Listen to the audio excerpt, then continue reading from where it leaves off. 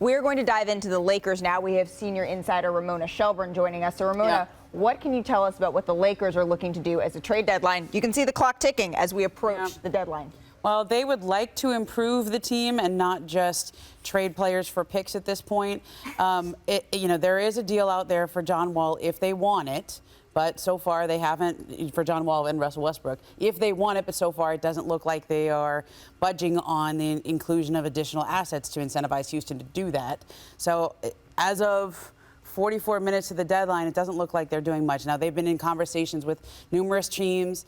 Taylor Horton-Tucker is the name that has been floated around. They were trying to do Kendrick Nunn. You've heard all of this before.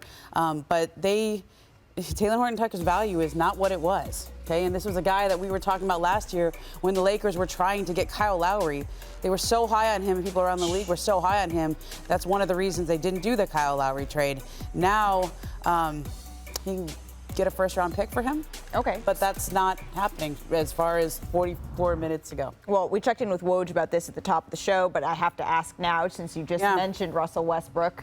Anything? I think it's unlikely at this point. I mean, from what I just checked on, I mean, it's unless something changes, there is a sense that you could do something just to do something, right? This team, as we saw last night in that game, they're dead. They're dead. Yeah. That looked like a broken team. That looked like a team that they just need to do something, and you couldn't blame that loss to Portland last night on Russell Westbrook. He didn't play. Well, and it's funny when you talk about a broken team. The way they've looked all season, kind of, is the way the Brooklyn Nets have looked in the last 10 games. And the Brooklyn Nets actually had assets that they could go trade that kind of switch things up. Lakers really have nothing. And I think when you look at two great teams that look broken, one kind of all season and one over the last 10 games, the difference is the Brooklyn Nets can make a move. The Lakers are going to have to figure this out. All right. So if they're going to have to figure it out with the current roster as presently constructed, Perk, can they do that? I mean, they have no choice, but it's going to have to start with Russell Westbrook and Frank Vogel. I think that relationship, more so than anything, they have to come to some type of understanding, some type of respect level, or whatever the case may be, because you hear Russ take his shots, and then you hear Frank Vogel, he fires right back. You know, hey, he might be in there, but I'm going with the guys who is playing the best basketball. And when we think about last night, look, you know what? A lot of people were overreacting about, oh, they played the Blazers and they shouldn't have lost that game. Look, here's the thing that goes on inside the locker room during this point of time of the season, when your name is getting mentioned in trades and is getting close to the deadline, the spirit is not there. You know, guys don't know what to expect. So you really walking into this arena saying, let me just get this game out the way. LeBron James had 6 turnovers, I believe, that were very uncharacteristic, unforced. His mind wasn't there. And you heard his post-game interview. I'm not making excuses for the Lakers.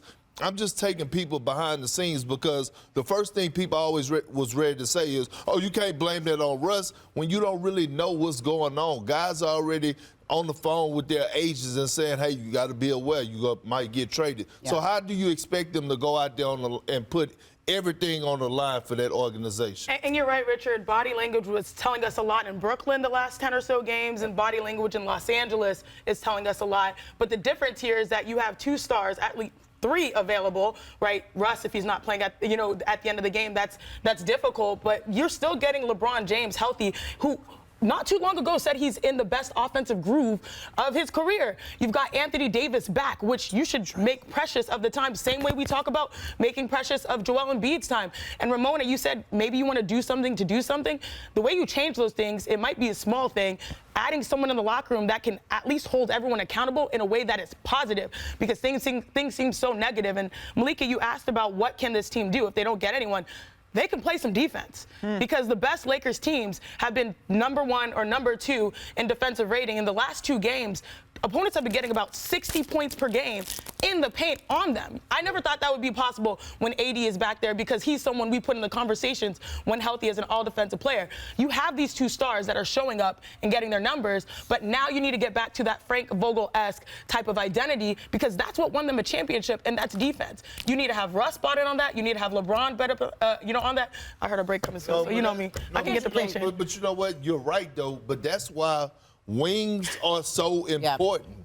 That's why wings are so important. Like, for the Lakers, like why you couldn't go get Torrey Craig? Like why Phoenix had to steal him for a couple picks? Why you couldn't figure out a way to go get a wing defender like him? The wings are so valuable, and right now the Lakers have those old wings that you cooked 3 days ago that are just sitting on the stove. Well, let's check out this tweet from Pat Bev. I remember when someone said, all I do is run around and trick y'all. Well, my boy is the real magician this year. What is the theme today? Yeah. You stay petty, you ain't got to get petty. Oh, my goodness. Patrick Beverly, Why are you saying that's Kevin today? Durant. What I'm saying For today. you, that's always. That's every day of your life. That's for me. I'm talking about the rest of the brotherhood is joining in. We got KD liking Instagram posts. We got Joel Embiid changing his name to Troll Embiid. And now you got Patrick Beverly, who's been saving that tweet for months. They're all years. He's been saving that tweet, and I love it. I First respect team it, want Pat. the smoke. All those guys you mentioned. Oh, yeah.